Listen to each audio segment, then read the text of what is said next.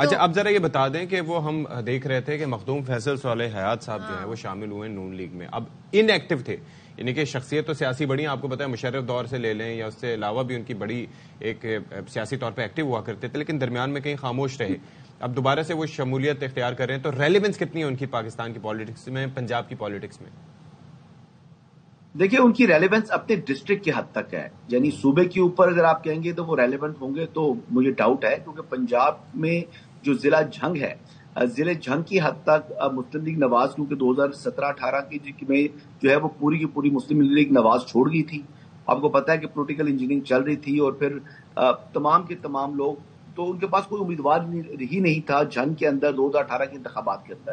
تو اب دوبارہ 2024 کے انتخابات میں یعنی پورے کے پورا جو ضلع ہے وہ مخدوم فیصل صالح حیات صاحب کے حوالے کر دیا گیا ہے.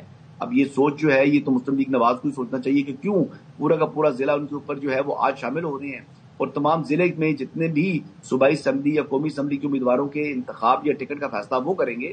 لیکن بہرحال اٹس دیئر چوائس، اور یہی سننے میں آ رہا ہے کہ مخدوم فیصل صالح حیات کو اگر وہ ایم این اے بنتے ہیں تو پھر ان کو اگر کیبنٹ بنتی ہے تو کیبنٹ کے اندر بھی ان کو شامل کیا جائے گا. تو یعنی نیشنل لیول کے اوپر بھی ان کا جو ہے امپیکٹ ہوگا. اس کو کیبنٹ کے کتنے قریبی ممبران ہوں گے، پہلے بھی سابق وفاقی نواز شریف صاحب جب آئے تو اوپر کتنا ٹرسٹ کرتی ہے لیڈرشپ مسلم لیگ نواز کی، کیا ان کی حکومت بنتی ہے. نواز شریف صاحب جب آئے اور جو ایکسپیکٹڈ تھا کہ جس طرح فقید المثال استقبال ہوگا، وہ پھر اس میں بڑی چینجز آئیں، تبدیلیاں آئیں. اس کے بعد پھر بڑے دعوے مسلم لیگ نون کے رہنما جاوید لطیف صاحب یہ سب کرتے رہے، جی ابھی ہمارے پاس 120 آلریڈی نشستیں، ہم 170 کا نمبر بھی کراس کر لیں گے. کیا وجہ ہے اتنے دعووں کے باوجود اس طرح الیکٹیبلز کو، یا وہ لوگ جو ماضی میں چھوڑ کے چلے گئے نون لیگ کو، ان کو دوبارہ سے دعوت دی جا رہی ہے اور ان کی شمولیت ہو رہی ہے؟ تو کیا الیکٹیبلز کی ضرورت پڑ گئی ہے نون لیگ کو؟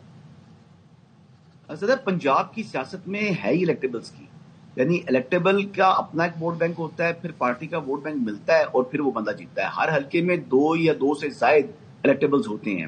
تو پنجاب کی پالیٹکس تو آج کی تو نہیں، تو یعنی دہائیوں سے اسی طریقے سے چل رہی ہے. لیکن جو نمبرز ہمیں بتا رہے تھے نا کہ انہیں ضرورت نہیں ہے، اس پوائنٹ آف ویو سے کہہ رہی ہوں. دیکھیے وہ سیاسی جاوید لطیف صاحب تو پالیسی اسٹیٹمنٹ نہیں دیتے مسلم لیگ نواز کا، میں پہلے کہہ چکا ہوں. اور اسٹیٹمنٹ تو شہباز شریف صاحب دے سکتے ہیں، نواز شریف صاحب دے سکتے ہیں، یا کسی حد تک مریم نواز یا حمزہ شہباز کی آپ مان لیں، یا خواجہ آصف کا یا احسن اقبال صاحب کا. تو ریسٹ تو آپ مطلب کسی کا بھی پالیسی اسٹیٹمنٹ نہ سمجھیں. تو میں دوسری عرض کر رہا تھا کہ فیصل صالح حیات صاحب کبھی بھی مسلم لیگ نواز کا حصہ نہیں رہے، وہ مسلم لیگ کاف میں رہے، وہ پیٹریوٹ میں رہے ہیں، وہ پیپلز پارٹی میں رہے ہیں. یعنی یہ 3 جماعت گزر چکے، ان میں وہ رہ چکے ہیں، لیکن he was never part of. یہ تو فرسٹ ٹائم انہوں نے جوائن کیا مسلم لیگ نواز.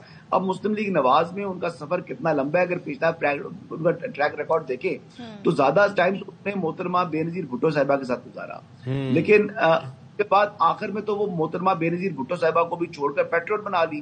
پھر پیٹریوٹ کے بعد پھر انہوں نے اپنی پارٹی پیٹریوٹ ضم کر لی مسلم لیگ کاف میں. مسلم لیگ کاف کے بعد پھر اب جو ہے وہ پھر دوبارہ پیپلز پارٹی میں گئے، اور پیپلز پارٹی سے اب پھر مسلم لیگ نواز میں آ گئی.